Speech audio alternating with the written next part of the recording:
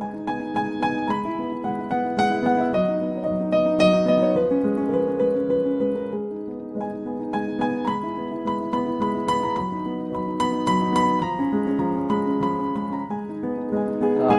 Sen asking this question.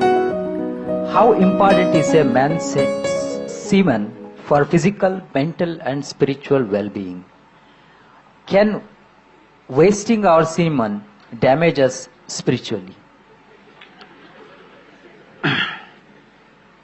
Well, you know, semen is the basis of your physical existence, whether you're a man or a woman. You have come into existence because that is 50% of the ingredient. Yes? Well, we have skin, we have epithelial cells, we have hair, we have many other aspects of body, you know, heart, liver, kidney, so many things. All these cells are of a certain potency in their own way, but semen is of an extraordinary level of potency, it can create a whole new life. Well, today you can take an epithelial cell and do lot of things in a laboratory and maybe we can clone you, all right? So the potential is here also, but it is not in the same dynamics as it is in a cell which you're referring to as semen. So in the yogic culture, this is called as virya. Virya also refers to what you call as vajra, which means stability, or diamond, which is the hardest thing. So in the human body, virya is considered to be like vajra. That means it is one of the most potent things if you know how to use it. Well, how to use it means you can use it to produce a child, that's one thing. Well, if this question is coming because you are using it to spill it on the JNU bed sheets, okay? If that's how you're using it, well, that's your compulsion, you're doing whatever you're doing. This is not something to be judged morally, that's not the point, it's a question of what is the level of compulsion that one has. But anything in this body, can it be transformed into a different level of function? Absolutely. Not just semen, just everything in this body can be transformed. See, suppose I give you all soup-making ingredients, same soup-making ingredients to every one of you. Do you believe all of you will produce the same soup? No. You will produce 500 varieties of soups, those same ingredients. That's all that's happened with us right now. All of us are fundamentally same ingredients, but see how different each one of us are. Different soups. Well, if I give you soup-making ingredients, either you can make a great soup or a lousy soup. Depends what kind of skills you have, isn't it? So this goes for everything, not just for semen. Every dimension of your body and your mind, you can transform into something tremendous, or you can make it mediocre, or you can make it a serious problem. Every aspect of your life. That goes for this aspect of life also. This same energy, see, people are making it literal translations, but if you want to produce a certain, let's say, epithelial cells, how much energy the body spends on it? And if you want to produce a cell which you call a semen, how much energy body spends is very different. This can be scientifically established. So, when you're investing so much energy in that, obviously it has a potency if you know how to explore. But are you competent to explore? Are you capable of exploring? Do you have the necessary sadhana and guidance to do that? That's a big question mark.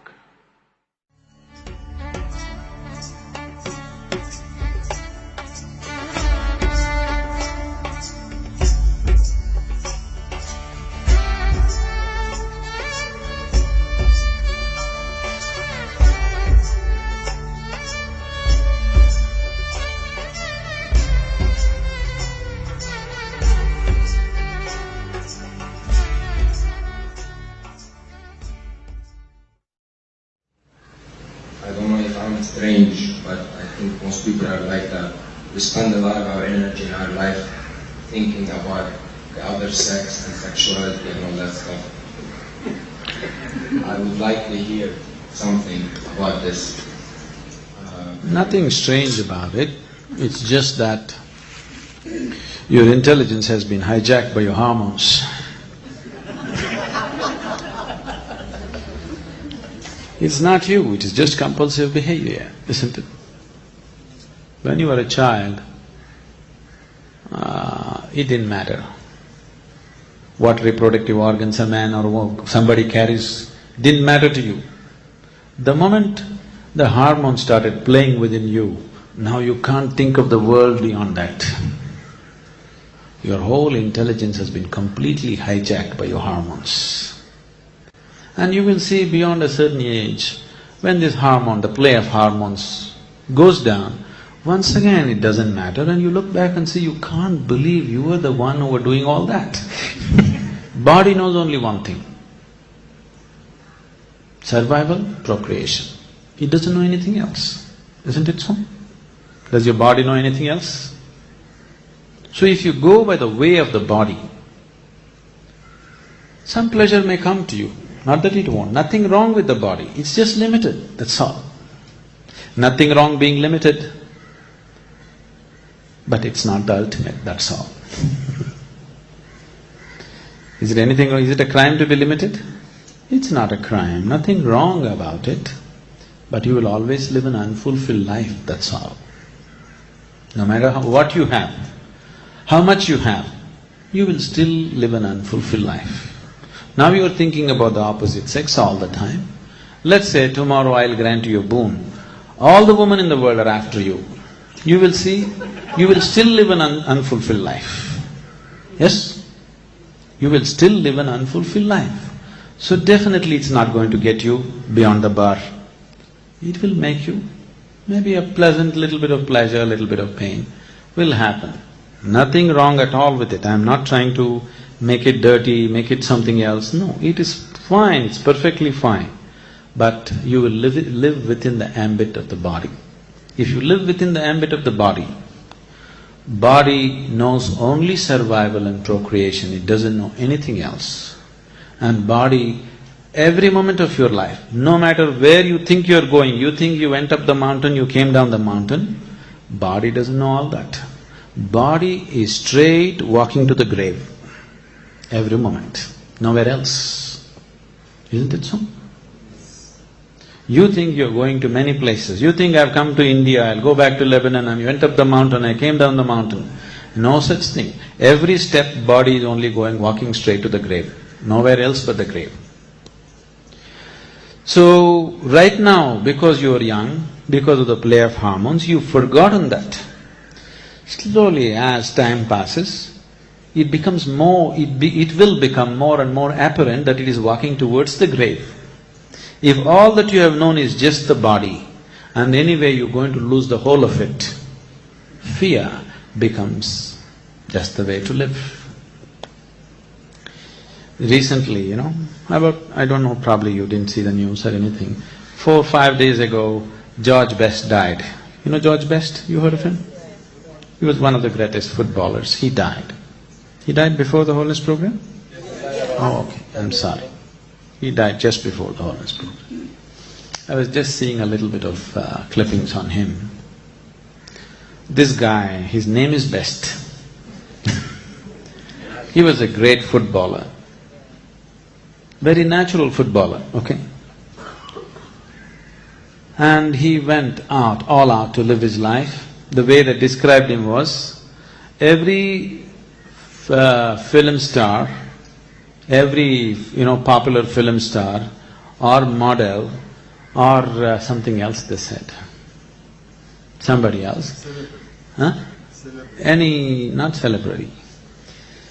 He had them on his arm at some time or the other. Sometimes he had all the three on his arm. But by the time he passed his 35, he's such a broken, miserable man. He's such a broken, miserable, frustrated man. At the age of 56 or 57, he died. Death is not the issue, but the way you live is the issue, isn't it? He lived a terrible life. So another topic that is like very sensitive, but it's not talked about as much is casual relationships that exist in this nice age group that we're in. So, yeah, I'm just going to say good things about us. So, people engage in physical relationships today, and what they lack is a lot of emotions. And we want to know if it's opinion, I mean your opinion on it, and whether people do it by choice. Is it healthy? Is it, what to make of it? Mm-hmm. Can I tell you a joke? Yes,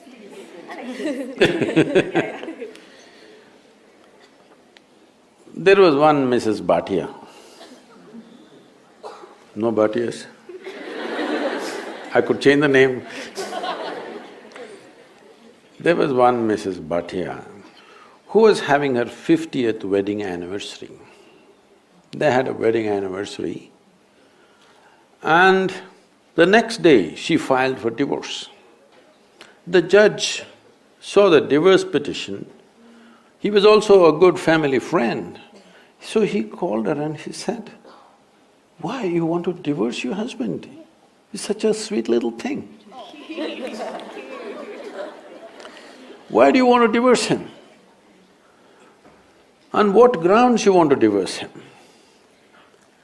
She said, "He's not been faithful to me. He's been cheating me." How do you come to this conclusion? Just yesterday you had your 50th wedding anniversary, you were fine yesterday, how do you conclude this? I got little nostalgic and started flipping through the photo album. Then I saw none of my 5 children resemble him.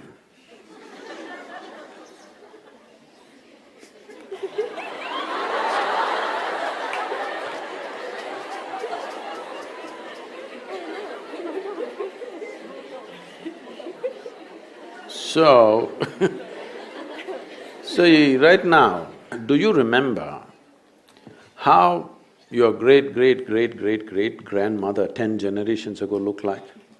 You don't. But her nose is sitting on your face right now. Your body remembers, yes or no? Yes. Your body remembers even the skin tone of your forefathers 1,000,000 years ago, it still remembers, not forgotten. So what you're calling as my body is an enormous amount of memory, isn't it? What you carry in your brain as memory is minuscule. What you carry in your body, there is evolutionary memory, there is genetic memory, there is karmic memory, there are articulate and inarticulate levels of memory. There is so much memory. You think you know how to walk right now, please understand, only because your body has built up that memory. If your body forgets, you won't be able to walk. So, the amount of memory for every simple thing that you do, you know what to eat, what not to eat, how to eat, you must put it in your mouth, not in your ears. This may look funny, but you would not know if you don't remember. So, your body is a repository of tremendous amount of memory and it's picking up all the time. If you walk from here to here, there may be 50 different kinds of mild smells. You may not consciously notice, but the body is picking it up and it recognizes. All the time it's recognizing, that's how you know what is good smell, what is bad smell, this is this smell, that is… You recognize the different aspects of sound, smell, this, that, because constant recognition is happening. So this body memory, traditionally in this culture, we call this as runanubandha. That means physical memory that you build. You can either consciously build your physical memory or you can simply take in wild amounts of memory and go through lots of physical confusion. So wherever there is impact, I don't know if you still have these things, maybe in your generation is gone, but still there will be people in Bangalore city, if you ask them to… if you try to give them salt, they won't take it, they'll say, keep it there.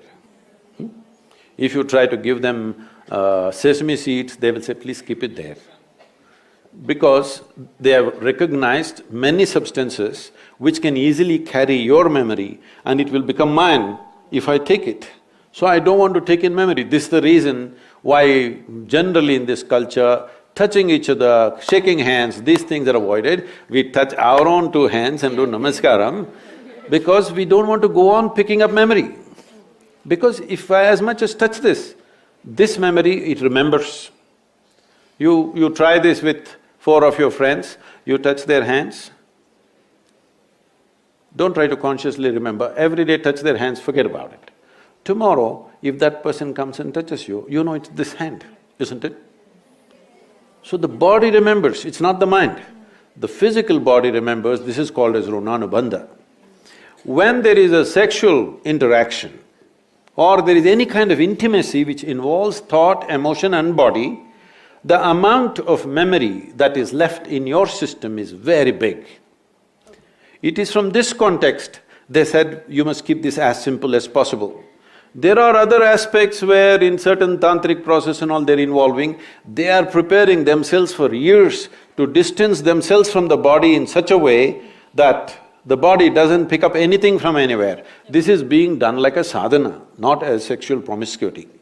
So, the question is not of morality, the question is of what is it that you want to do with yourself in your life. If you want to be in such a way that in your life, your inner intelligence will be the most dominant thing in your life, not your physical body, then you must keep the body's memory as simple as possible. This is why simple types of food, people go into very simple kind of food, not complicated. Even now, I eat 1 meal a day and I eat only 1 item in the meal. I won't eat 10. I may eat all of those things another day, but today I'll eat only 1 item because it makes a huge… Just experiment and see, don't go by what I'm saying. Just experiment and see, especially when your examination time comes, eat simple food and see what a difference it makes for your intelligence, how it functions, how alert you are, everything. So, what is it that you're trying to build yourself to? Do you want to build yourself to be a sexual supernova? Or… No, I'm saying some people may have that intention, that's up to them. But what is it that you want to do with your life is something that you must decide. If you have decided that, it's very, very important that you don't unconsciously pick up enormous amount of memory because this will lead to… Later on you will see, it'll become very difficult to remain peaceful and joyful in your life, no matter what good things may be happening, simply because there is confusing memories in the system. When something else of similar nature comes, the body goes into a turmoil of confusion. It may not translate into your mind, just physically it will go on. So, it's a choice that one has to make. It's not a question of morality, it is a question of living sensibly.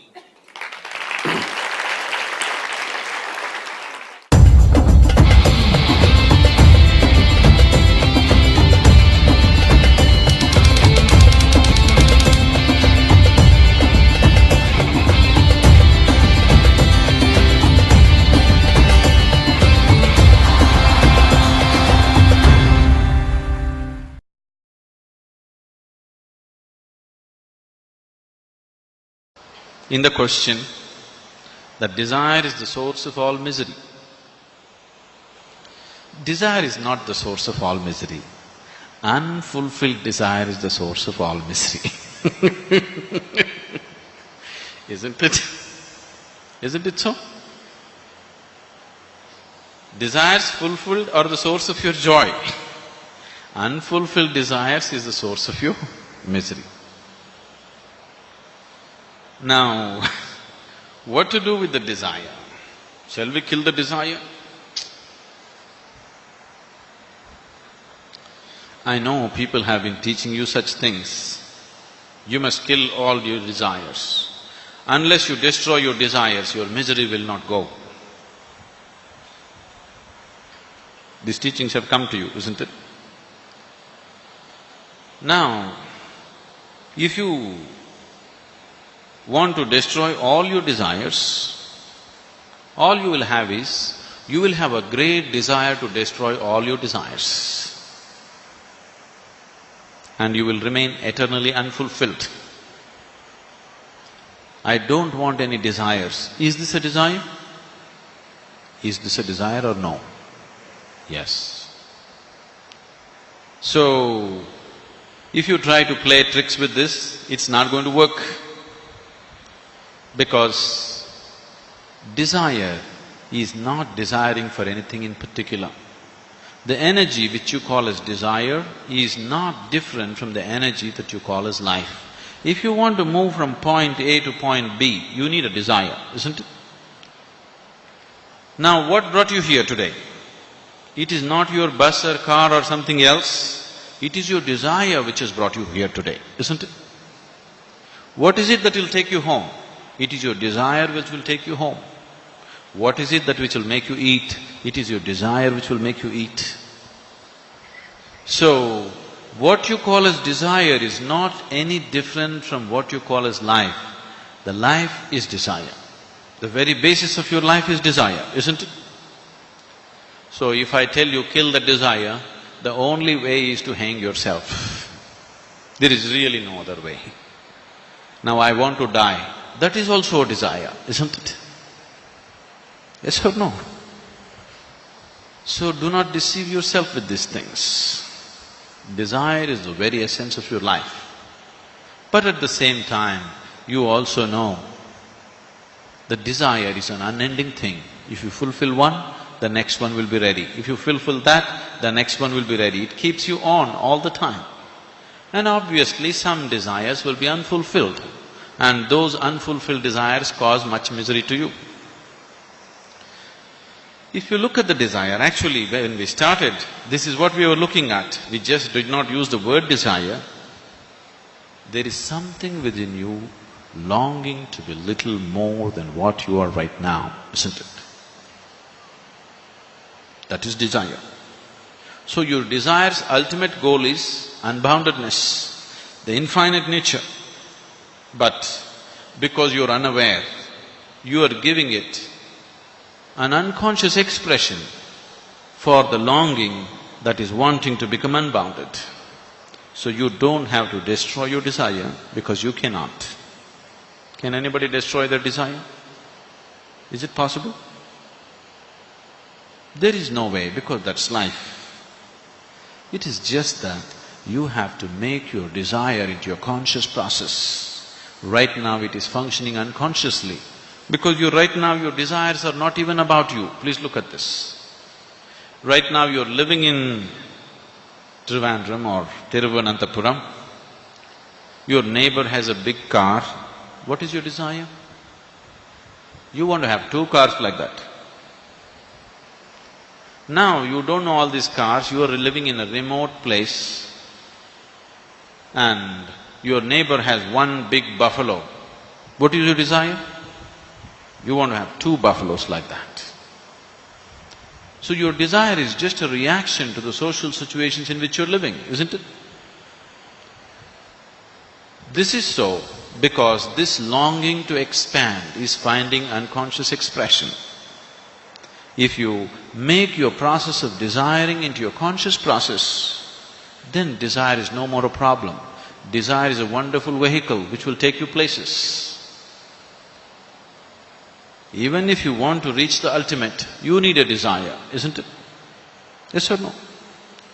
Anyway, the desire in you is longing for unboundedness, it is longing for unlimitedness, it is longing for the ultimate nature.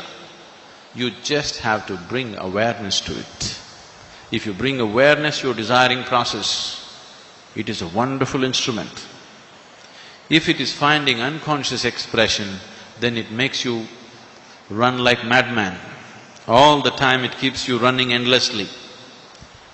So,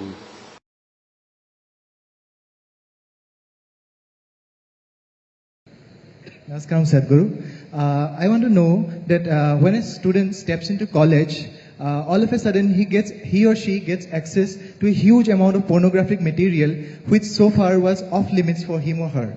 And in the process, he or she enjoys that, and as we said, he or she experiences heaven on earth. But, and we even have nicknames for those people who overdo it. They masturbate. We overdo it sometimes. So how do we know how much of that is good or bad? And so can we have the truth about masturbation? Oh, looks like a popular question, eh?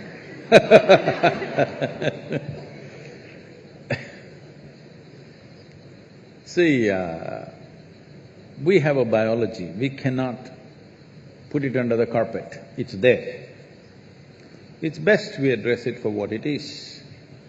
But right now the problem in the world is, because certain religious institutions in the world took this attitude that the very biology of the human being is wrong, because of this, culture started hiding it under the carpet. Well, in this culture we never had it, but after the British came and left, we became more prudish than the British. But before that, if you look at our temples, all the outside temple art is all pornographic, if that's what you want to call it.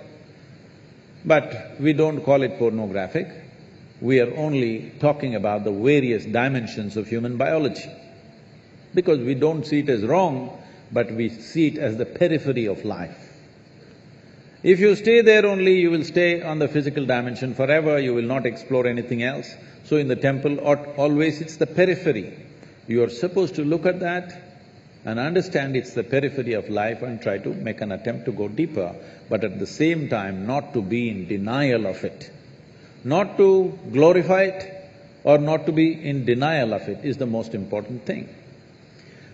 But in your college, watching these things on the whatever, your internet or whatever, people tell me that somebody told me, I don't know if these percentages are correct.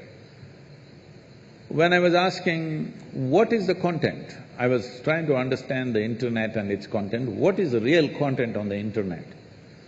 They're telling me, you should know, they're telling me 70% of the content on the internet is pornography. Is it so? Is it so? You must be the expert.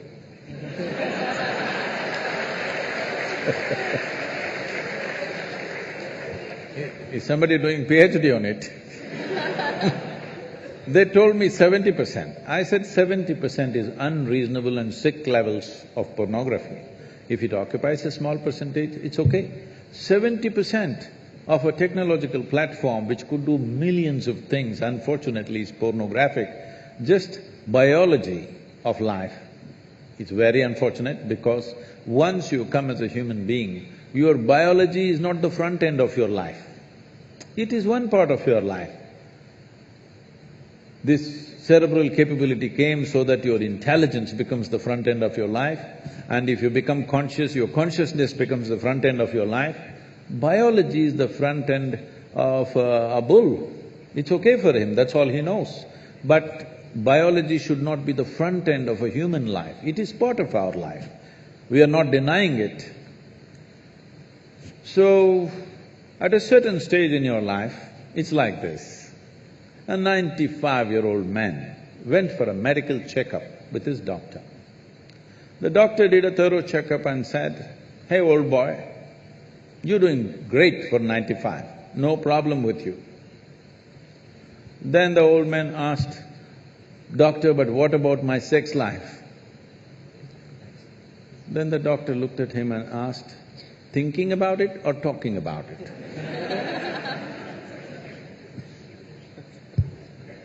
So at different stages of life, there are some times you only think about it and talk about it, there are some times you indulge in it. These are passing phases of life. How much of it is needed for you, you are the best judge. But at the same time, you came here not to explore your biology. At least you should have gone to MSc in biology. You shouldn't be wasting your time in a technological institute exploring biology. Does it mean to say you don't have biology, you don't have biological needs? You have, it's fine, but it must be on the periphery. It should not become the core of your life because it will reduce you in the sense a creature which was purely biological evolved into a place which has an intelligence of its own beyond its biology. See, animal intelligence works for its biology alone. How to get its food, how to get its mate, this is all its entire life is. If human intelligence also functions like that, you are bellying the evolutionary process. You are seeing how to go back, take the evolutionary process backward, not necessary. This does not mean you do not have a body, body has its needs, as there is physical hunger, so there is sexuality. You have to address it in some way, but to what extent is your choice, but definitely it should not be the front end of your life because you're rolling back evolutionary scheme of putting your intelligence and consciousness in the front. Instead of that, you're putting your biology in the front.